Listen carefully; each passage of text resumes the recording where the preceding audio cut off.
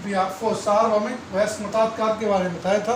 अब उसके बाद आठवें पॉइंट, वयस्क मताधिकार के क्या क्या गुण हैं, क्या उनकी मेरिट्स हैं, वो उसके बाद करते हैं इस बिंदु को, और आप सभी नोट कर दें। सबसे नेक्स्ट, वयस्क मताधिकार के गुण क्या हैं? वयस्क मताधिकार के गुण बात करते हैं। वयस्क मताधिकार के गुण निम्नलिखित हैं। नंबर 1, शासन में भाग लेने का अवसर। सबसे बड़ी बात, ये शासन में भाग लेने का अवसर मिल रहा है कि मत का अधिकार मिलने से व्यक्ति शासन के कार्यों में भाग लेते हैं, जिससे राष्ट्र को मजबूती मिलती है और विकास के समान अवसर। उसकी बात करते हैं, विकास के समान अवसर। इसके अंतर समाज के सभी वर्गों को समान अवसर मिलता है, सबको वोट डालने का अधिकार है सभी। यह लोकतंत्र की वास्तविक अभिव्यक्ति है, क्योंकि सभी वर्ग को वोट डालना, सबको समान अवसर है। इसे बोलते हैं मिल के अनुसार प्रजातंत्र मनुष्य की समानता को स्वीकार करता है, और राजनीतिक समानता तभी हो सकती है जब सभी नागरिकों को मताधिकार दे दिया जाए। मिल के अनुसार कहते हैं कि प्रजातंत्र मनुष्य की समानता को स्वीकार करता है, और राजनीतिक समानता तभी हो सकती है जब सभी नागरिकों को मताधिकार पूर्ण रूप से मिल जाए। बात करते हैं तीसरी पॉइंट, राजनीतिक शिक्षा।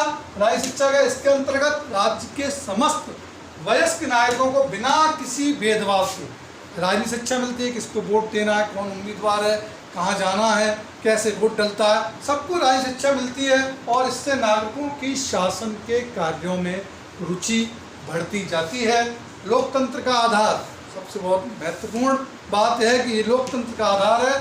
सार्वभौमिक वयस्क मताधिकार को लोकतंत्र का आधार माना जाता है, क्योंकि लोकतांत्रिक शासन में राज्य की वास्तविक जो सत्ता है वो मतदाताओं के हाथ में निहित रहती है। मतदाता जब चाहे उसको परिवर्तित कर सकता है, इसलिए इसे लोकतंत्र का आधार माना गया है। और बात करते हैं अल्पसंख्यकों का प्रतिनिधित्व। और संख्यकों का प्रतिनिधित्व तो होता ही है, परंतु इस सार्वभौमिक वयस्क मताधिकार से समाज के सभी वर्गों, या बहुसंख्यक हो चाहे अल्पसंख्यक हो, सरकार में भागीदार बनने का अवसर पूर्ण रूप से मिलता है। और निरंकुशता पर रोक लगाते हैं। यह शासन की निरंकुशता को रोकने के लिए अवरोधक का कार्य करता है, रोकने का काम करता है, एक बैरियर का कार्य करता है। कोई भी सरकार मतदाताओं के हितों के विरुद्ध नहीं जा सकती है, क्योंकि लोकतंत्र का आधार है, ये निरंकुशता पर रोक लगाती है। ये कुछ गुण हैं जो सार्वभौमिक वयस्क मताधिकार के हैं, बोर्ड में आ सकते हैं। ये बड़ा प्रश्न भी हो सकता है विस्तृत। सार्वभौमिक वयस्क मताधिकार क्या है, इसके गुण क्या है, इसके दोष क्या हैं, आप सब नोट कर सकते हैं। इसके गुण हैं, शासन में भाग लेने का अवसर, विकास के समान अवसर, राजनीतिक शिक्षा, लोकतंत्र का आधार, अल्पसंख्यकों का प्रतिनिधित्व, निरंकुशता पर रोक। इन कुछ बिंदुओं के बाद अगले हम बात करते हैं 9वें बिंदु पर, वयस्क मताधिकार के क्या क्या दोष हैं। वयस्क मताधिकार के कुछ दोष भी हैं, कुछ आलोचक इसमें उसकी आलोचना भी करते हैं कि वयस्क मताधिकार के क्या दोष हैं। तो सबसे पहले बात, मताधिकार का दुरुपयोग संभव। ये कहते हैं कि आलोचकों का कहना है कि इसके अंतर्गत वयस्कता को आधार बनाने से लोगों के मतदान के अधिकार की दुरुपयोग की संभावना बढ़ जाएगी। वो कहते हैं सबको मतदान कर देंगे तो उसकी संभावना, दुरुपयोग होने की संभावना बढ़ जाएगी। अयोग्य व्यक्तियों का चुनाव संभव। ये कहते हैं यदि मतदाता, यह खतरा रहता है कि यदि मतदाता अशिक्षित है तो वह किस प्रकार योग्य व्यक्तियों का चुनाव करेंगे। वह शिक्षित ही नहीं है, पढ़ा लिखा नहीं है, तो किस प्रकार चुनाव में उम्मीदवार का चयन करेंगे। हो सकता है कि अयोग्य व्यक्ति का चयन हो जाए। तीसरी बात, रूढ़वादिता को बढ़ावा। रूढ़वादिता समाज में सदैव से रूढ़वादी व्यक्तियों की संख्या महत्वपूर्ण रही है, जो सुधार एवं प्रगतिशील विचारों का विरोध करती है।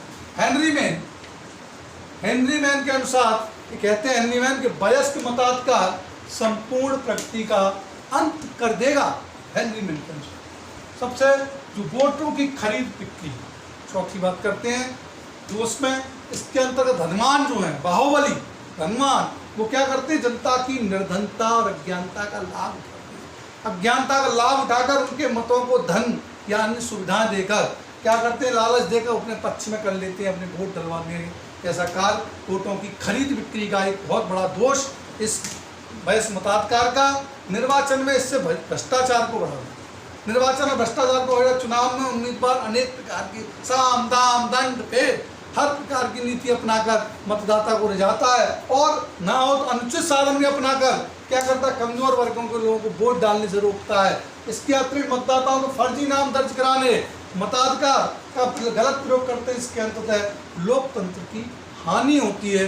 ये सभी दोष हैं कि मताधिकार दुरुपयोग हो सकता है, अयोग्य व्यक्तियों का चुनाव हो सकता है, रूढ़वादिता को बढ़ावा मिलता है, वोटों की खरीद बिक्री और भ्रष्टाचार को बढ़ावा। जो बच्चे नोट्स बना रहे हैं वो 2 सेकंड के लिए स्क्रीनशॉट लेकर इसको नोट कर सकते हैं।